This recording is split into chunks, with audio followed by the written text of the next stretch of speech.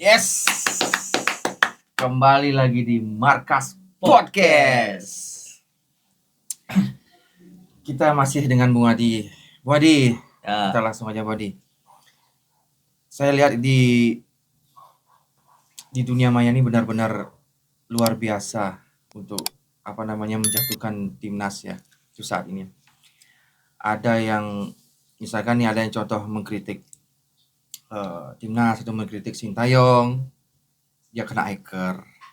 Ya, terus ada sekarang lagi media Italia yang bilang PSSI lagi mencari pelatih dari Eropa menggantikan Sintayong. Ini berita macam apa sih sebenarnya? Dan sekarang ini lagi viral. ya. Gimana komentarnya itu, Buddy? Nggak ada ya gitu diganti-ganti ya karena belum keluar resmi dari PSSI bahwa akan menggantikan Sintayong gitu. Nggak ada, masih beritanya masih simpang siur lah. Mungkin ini berita muncul agar biar booming aja. Apa sengaja mengganggu konsentrasi? Mencari tenar dan bisa saja juga kemungkinan untuk mengganggu konsentrasi kita dalam persiapan Piala Dunia. Nah, sedangkan kita tahu Sintayong ini kan lagi dibilang lah lagi fokus-fokusnya ya. Ya, lagi fokusnya. Terus Sintayong memang lagi dibilang dicerca mati-matian karena kasus AFF kemarin kan. Artinya kegagalan kemarin kan.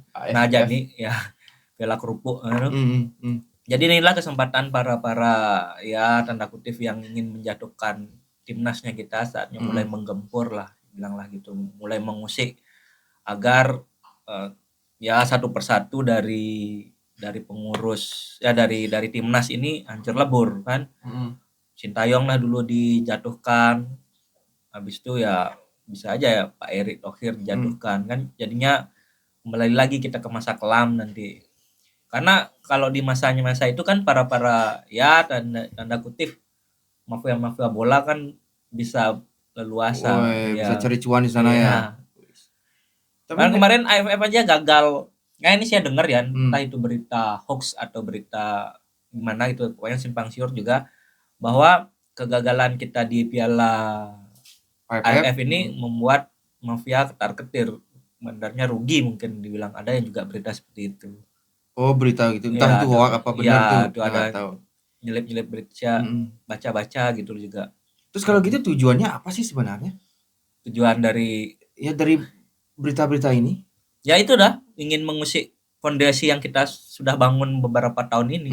Agar kembali lagi kita ke masa kelamnya kita, biar gampang lah mereka mengotak-atik Indonesia lah bilang. Karena gila kan, Indonesia ini pendukungnya ribuan, jutaan sampai. Jadi untuk masalah bisnis mafia itu kan gampang dimasukin. AFF kemarin itu gimana berita tadi, banyak kalah, Bandar banyak kalah. Ya gitu. Karena kita mengeluarkan U22 jadi U22. Para Bandar kan kaget kan. Nah, tim kayak gini dipasang nih gitu kan jadinya. Jadi ya kembali kita cerita tentang AFF ya. Atau ngobrol tentang AFF. Sepenting apa sih AFF ini? Kalau kita bandingkan dengan Piala Dunia kan bagaikan apa dong? Bagaikan apa? Bagaikan bumi dan langit lah. Ya udah paling kayaknya kan, karena gini ya. AFF ini dulunya kita tuh memang wow-nya kita. Gongnya kita gitu. Di ASEAN, negara yang di wilayahnya kita. Untuk saat ini kecuali kita masih wow itu. Ya. Bagi Vietnam, Thailand. Ya masih wow itu. Sekarang Vietnam sama Thailand masuk final tuh. Ya, masih heboh. Masih menggebu-gebu gitu. Nah, kita sekarang saat ini kita udah enggak. Saat ini kita udah ya apalah itu gitu. Iya.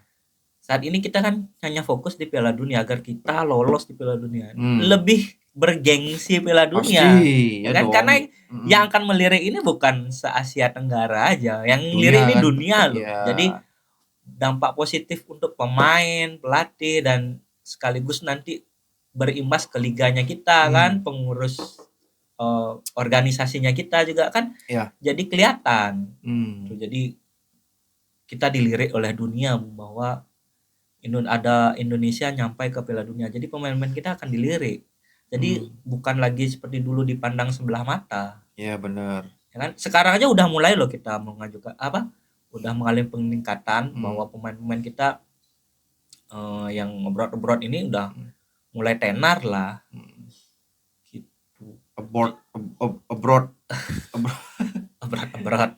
Bahkan pemain yang ya artinya mix lah ya, artinya mix Indonesia itu sekarang udah semakin menawarkan diri Iya, gitu kan. udah ada kayaknya udah ada linknya menuju Banyak udah sekarang ya, yang menawarkan diri, cuman ya memang kembali lagi Sintayong punya hak untuk memilih karena pasti disaring sama Sintayong keperluan timnas lah kedalaman. Dalamannya. Jadi Sintayong yang berhak memang untuk memutuskan kan, menilai gitu. Menurut Bung Adi, Sintayong ini dengan dengan karakternya dia seperti ini kan, kita sering tuh baca di status-status medsosnya kan. Terganggu nggak sih sebenarnya dia tuh? Pasti terganggu lah. Pasti terganggu ya. Pasti terganggu. Karena menurut saya tuh kasihan gitu loh. Dia sedang fokus untuk Indonesia tuh biar maju melangkah ke Piala Dunia kan. Pasti terganggu. Mulai ada gangguan seperti ini. Mau seproporsional apapun pasti terganggu lah. Dengan dengan kata-kata netizen, dengan adanya siaran-siaran yang menghujat terus menjatuhkan gitu. Pasti terganggu lah, apalagi ada berita-berita kemarin bahwa Sintayong harus out. Iya. Pasti terganggu. Dan ini ya kalau namanya proporsional ya, pasti terganggu, tapi pasti Pak Sintayong fokus ke Piala Dunia. Tetap dia fokus ya. Pasti walaupun fokus ada agak guncangan sedikit, tapi dia tetap mau enggak mau dia harus fokus memang. Belum lagi membahas ini Bu Adi, belum lagi membahas masalah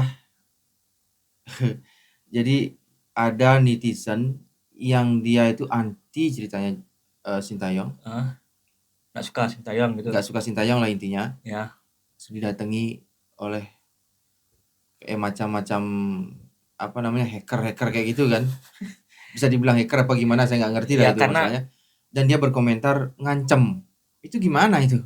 Ya kalau demi ke suksesnya jalannya nanti ke Piala Dunia ya itu kan enggak masalah itu, tapi yang ngancamnya itu yang itu ngancamnya luar biasa loh, masalah keluarga lagi. Aduh. Menurut saya itu begini ya. Kalau menurut saya itu kritik pro dan kontra itu sebenarnya penting. Ya, untuk menstabilkan harus ada ya kan, untuk menstabilkan semuanya. Tapi yang kontra itu dia mengkritik itu dengan maksud tujuan membangun, bukan kepentingan sendiri. Ya kan? Bukan untuk kepentingan sendiri. Jadi itu penting bagi saya. Ya kan kita juga sering bilang di podcast ini kita mengkritik membangun, bukan untuk menjatuhkan. Jadi ya seperti kita evaluasi lah biar didengar juga suaranya kita gitu loh. Ya kan, ini juga demi kebaikan Indonesia kan, demi kebaikan timnas. Jadi tapi kalau mengkritiknya sudah kelewat batas itu juga jangan sampai lah. Ya yang kritik juga harus benar-benar profesional dong. Jangan ada maki. Ya kan, nggak boleh itu, nggak boleh. Benar. Itu nggak boleh.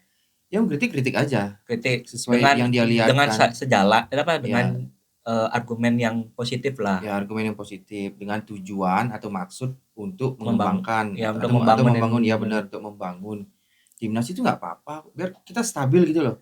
Ya benar. Ya kan? Kalau sekarang itu yang dihentikan, masa kita harus pro semua sih? Gitu. Bukannya saya anti STY, enggak. Saya tuh mendukung STY. Ya, penuh saya dukung STY. Cuman kalau misalkan ada sesuatu yang bagi saya kurang ya kan, STY bisa melakukan kita kan kayaknya gitu, meluapkan ini kurang loh gitu. Nah, jadi cuma disampaikan kan dengan bahasa yang benar gitu kan. Bukannya saya anti, enggak. Saya juga enggak anti. Saya pengennya nih STY ini lanjut lah sampai Piala Dunia aja. Sampai kualifikasi ini aja. Jadi kalau hasilnya negatif ya udah, saya juga setuju. Kalau hasilnya negatif ya udah pecat gitu, saya juga setuju. Itu evaluasi. Ya kan, itu evaluasi. Jadi begini, kalau misalkan kita berkaca dulu.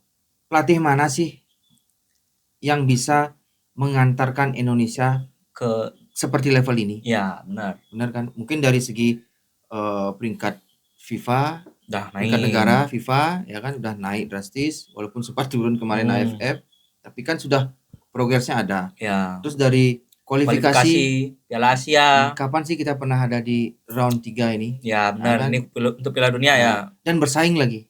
Ya benar. Ya kan? Kenapa saya bilang bersaing? Jelas dari poin grup C ini hampir rata. Kecuali yang peringkat pertama. Ya. Jepang oke lah. Kita udah anggap sudah lost lah. Yang lainnya tuh kayak Australia. Jadi Australia, siapa lagi? Arab, Bahrain, Cina. Jadi kita itu di grup itu sudah hampir setara. Setara udah. Ya. Bukan 11-12 lagi, sudah 12 semua itu. Jadi enggak bisa kita pungkiri itu. Benar. STY itu untuk saat ini yang luar biasa. Ya, STY itu untuk saat ini. Ya kita kan enggak tahu ke depannya, mungkin ada lagi. Ya, untuk saat ini makanya saya bilang kita kasih dulu kesempatan STY sampai habis ini Piala Dunia, atau sampai ya di pertandingan 2 match inilah. Oke. Ya kan, kalau kita jeleknya ya mudah-mudahan kalah keduanya udah kan enggak mungkin kita bisa lolos. Iya sih. Nah, itu. Jadi kasih kesempatan dulu baru kita evaluasi mau dipecat mau gimana.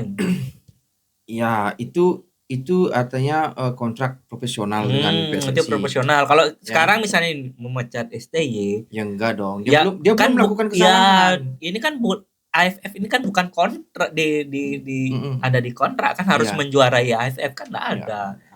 Setahu saya di kontraknya itu meloloskan Indonesia itu pun di peringkat ke-4 di round 4. Ya, pokoknya minimal round peringkat 4 kan udah lolos ke round selanjutnya. Dan menaikkan rank sampai 100. Ya, itu benar. Ya benar. Saya pertegas lagi kalau jadi di kontrak itu ada 2 hal. Perjanjian, komitmen mereka berdua itu antara PSSI dan Sintayong.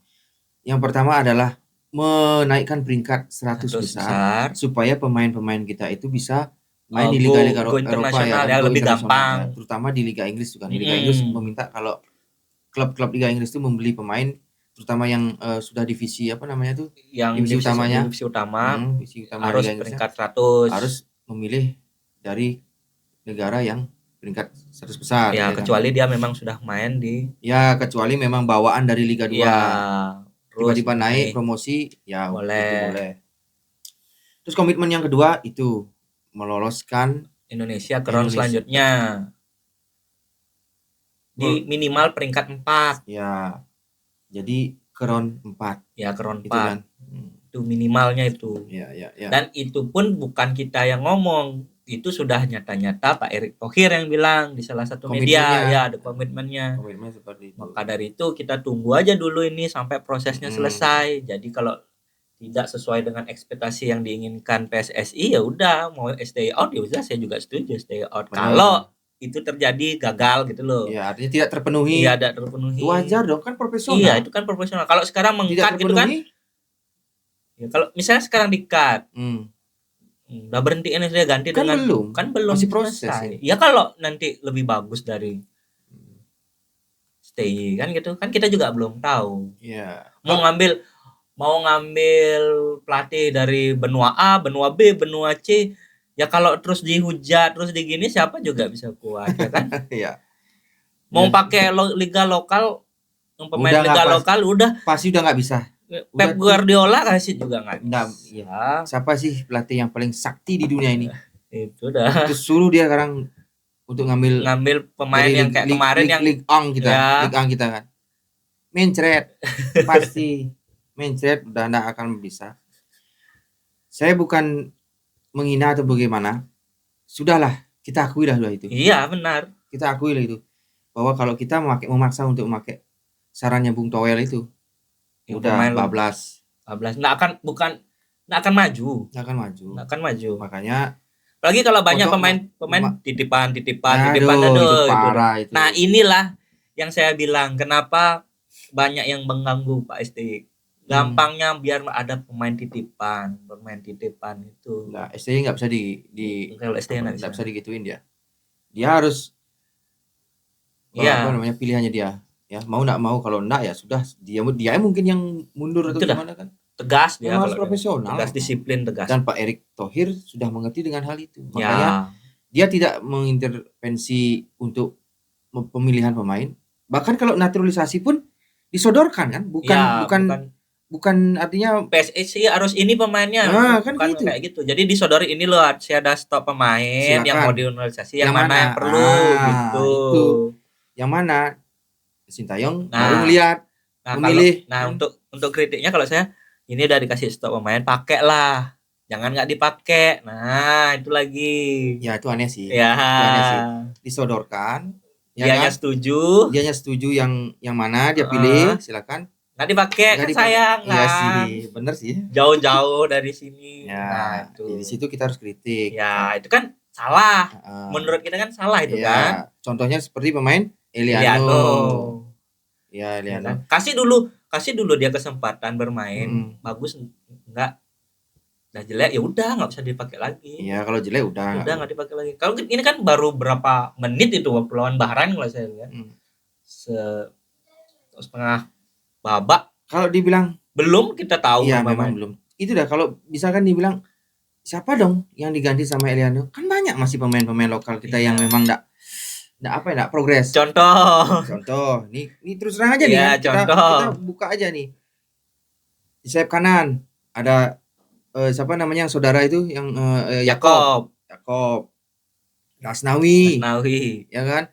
Ada kadang-kadang si Witan. Ya kan? Yang jadi biasanya pemain lokal kita siapa aja di sektor penyerangan?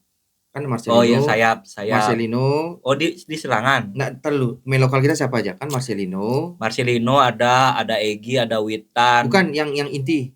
Yang inti. Marcelino, Yakob, kan itu biasanya ya, kan. Yakob ada sama si Asnawi. Itu kan tiga itu kan masih bisa untuk diganti sama Eliano. Oh, ya, yang kan? Untuk posisinya Eliano. Ya, untuk posisinya Eliano. Paling artinya paling proper itu adalah si Yakob. Nah, kalau saya enggak, saya paling harus Asnawi aja. Oke, bisa, tapi kan tergantung formasinya. Cuman karena Eliano nggak dipakai, dipilih tapi nggak dipakai. Buat apa? Ya kan kasihan kan. Apakah skillnya Eliano itu lebih rendah daripada Yakob atau Asnawi? Ya kalau Marcelino oke lah. Dia bagus lah masih bilang, cuman belum stabil aja. Itu ya karena masih muda kan, wajar lah. Terkadang sekarang tugasnya Sintayong yang untuk menstabilkan dia biar terus biar dia gacor gitu loh. Biar punya progres ya. Ini loh, dua ini. Apakah dia main bagus? Enggak juga sih Yakob sama Asnawi. Kalau saya lebih cenderung ke Asnawinya ya. Tapi kan dia bek kanan itu, bek sayap. Ya, kalau Eliano bisa dipakai di bek kanan karena di klubnya ya itu sering dipakai kok jadi wingback di Eliano. Ya. Oh, bukan pemain sayap. Ya, wingback. Sayap kan juga, tapi posisinya bertahan. Oh, saya kira dia sayap murni gitu loh kayak si Yakob. Enggak, dia bisa. Yakob pun kayak gitu. Dia bisa back, bisa. Yang penting dia main di sayap. Ya. Nah, jadi pertanyaannya kan kayak gitu jadinya. Apakah Eliano lebih buruk daripada mereka berdua ini? Ya kan? Kan enggak. Ya. Kalau lebih buruk, enggak mungkin dia main di Belanda. Enggak mungkin main di divisi utama. Enggak mungkin diperpanjang kontrak. Jadi kan FC FC Zole ya. Zole itu. Jadi FC Zole itu masih mempercayai Eliano itu berada di sana untuk menjadi walaupun pelapis ya. Iya. Artinya kan punya kualitas. Masih punya kualitas. Punya kualitas untuk dipertahankan. Iya. Walaupun pelapis ya. Bandingkan pelapis di Belanda sama inti di lokal kita. Liga kita. Coba bayangin kan. Enggak kalau Asnawi kan di Thailand. Asnawi di Thailand. Ya. Lagi berarti lebih bagus Thailand daripada Liga Belanda guys. Asnawi pun kadang-kadang kemarin terakhir kan enggak dipanggil di senior loh. Ya, senior. Kalau AFF kemarin dipanggil oke lah. Di senior kemarin terakhir lawan Arab kan enggak dipanggil. Itu makanya. Jadi ya udah, memang Pak Erick Thohir itu tidak pernah mengintervensi Sintayong untuk memilih pemain. Dibebaskan. Ya. Seperti itu. seperti liga-liga profesional Eropa lainnya kan. Seperti itu Benar. ya, pemilik Jadi- tidak jadi- boleh sama Ya, dengan jadi pemilik. kekuasaan penuh itu di STY dan Mm. makanya itu kan jadi tanggung jawabnya STY. Ya, dengan jelas komitmen profesional, Ya, benar. ya kan. Anda tidak mampu mengasih hasil positif dalam komitmen, Sintayong pun pasti dengan rasa kesatrianya pasti akan menerima, entah itu dipecat atau dia mundur sendiri, Ya. itu pasti dia menerima. Karena Iya kan? namanya juga kegagalan kan. Namanya kegagalan, dia harus menerima. Secara profesional dia pasti menerima itu. Sudah. Wih, seru nih sebenarnya. Cuman karena baterai tidak mendukung. baterai kamera tidak mendukung. Ya udah, terima kasih Bang Adi ya. Terima kasih. Jadi intinya kita terus dukung apapun Benar. keputusan PSSI. Kita terus dukung PSSI, kita dukung terus Sintayong sampai memang benar-benar komitmennya itu dijalankan. Kesepakatan dijalankan sampai itu. Kalau memang dia berhasil untuk menjalankan, ya pasti lanjut terus. Jadi kita tunggu aja dulu progresnya sampai di Piala Dunia ini, kualifikasi ini. Iya, tambahan lagi dikit. Ada nih komentator yang bilang, kalau seandainya Indonesia masuk Piala Dunia, dia bilang STY itu nggak layak ngelatih Indonesia di Piala Dunia. Lah, yang mengantarkan STY adalah yang mengantarkan Indonesia adalah STY. Ya. Sekarang dia bilang, nggak layak di Piala Dunia. Itu rumus dari mana sih sebenarnya? Itu ya kan? Aduh, kalau boleh ngomong jelek ya, ngomong jelek. Parah itu. Aduh. Dari segi itu aneh. Ya, coba dari mana? Kalau menurut saya ya, dengan tegas saya katakan, kalau memang mampu STY meloloskan Indonesia ke Piala Dunia, ya itu lanjutkan terus. Ya dia memang paling pantas. Ya kan? Dia memang paling pantas untuk masuk kan jadi pelatih di Piala Dunia di Indonesia. Mudah-mudahan masuk. Ini kalau saya ya. Misal kita udah masuk ke Piala Dunia nih, berandai-andai nih. Udah masuk Piala Dunia, udah lolos kita. Terus di grup kan kita dibagi grup lagi tuh di Piala Dunia. Itu mau kalah Mas ya enggak apa-apa. Yang penting udah tampil ya di Piala Dunia. Itu luar biasa tuh. Ya kan? Luar biasa. Saya udah enggak mengharuskan target apa-apa, yang penting target udah lolos udah. Udah seneng dah. Iya. Kan mau gimana mau nanti pasti kalau kalah kita udah berjuangnya sampai situ. Udah bagus banget gitu. Nah, sekarang pertanyaan begini. Ini kita bertanya berandai-andai ya. STY mampu meloloskan Indonesia ke Piala Dunia. Ya. Tetap kan dia harus. Ya kan? Tetap lah. Ya logika apa sih tetap lah, enggak mungkin enggak kan. Konyol sih namanya kalau memang dia di yang bilang itu dah. Kan dia kan pelatih. Terus tapi kita seandainya nih di grup Piala Dunia itu kita dibantai terus. Akhirnya enggak lolos. Artinya udah kalah. Enggak lolos berikutnya. Kita kalah terbantai. Setelah itu masih enggak, kalau menurut Badi masih enggak Sintayong untuk ngelatih untuk masih ke depannya? Masih kan? Masih. Itu. Menurut saya masih. Kenapa? Udah pencapaiannya udah. Nanti kan dikasih target lagi nanti setelah itu. Target lagi pasti. Kalau nggak sesuai lagi target baru. Itu. Kan setiap ini ada evaluasi. Ya, walaupun terbantai. Seperti yang saya bilang tadi, kalah ya, udah nggak apa-apa. Jadi kita udah dapat satu pembelajaran. Terus kalau misalnya memang udah lolos, berarti chemistry antara pelatih dengan pemain sudah klop banget. Udah dapat. Lagi kita tinggal meneruskan aja apa yang kurang kan. Daripada kita mengganti lagi, ngulang dari nol lagi, susah. Iya, benar. Tuh. Keren tuh. Oke, Bung Ade, terima kasih banyak. Kita malah nambah lagi. Dukung pokoknya ya. Oke, sekian dulu dari podcast kita Markas. Saya Tangkas. Saya Adi. Ciao.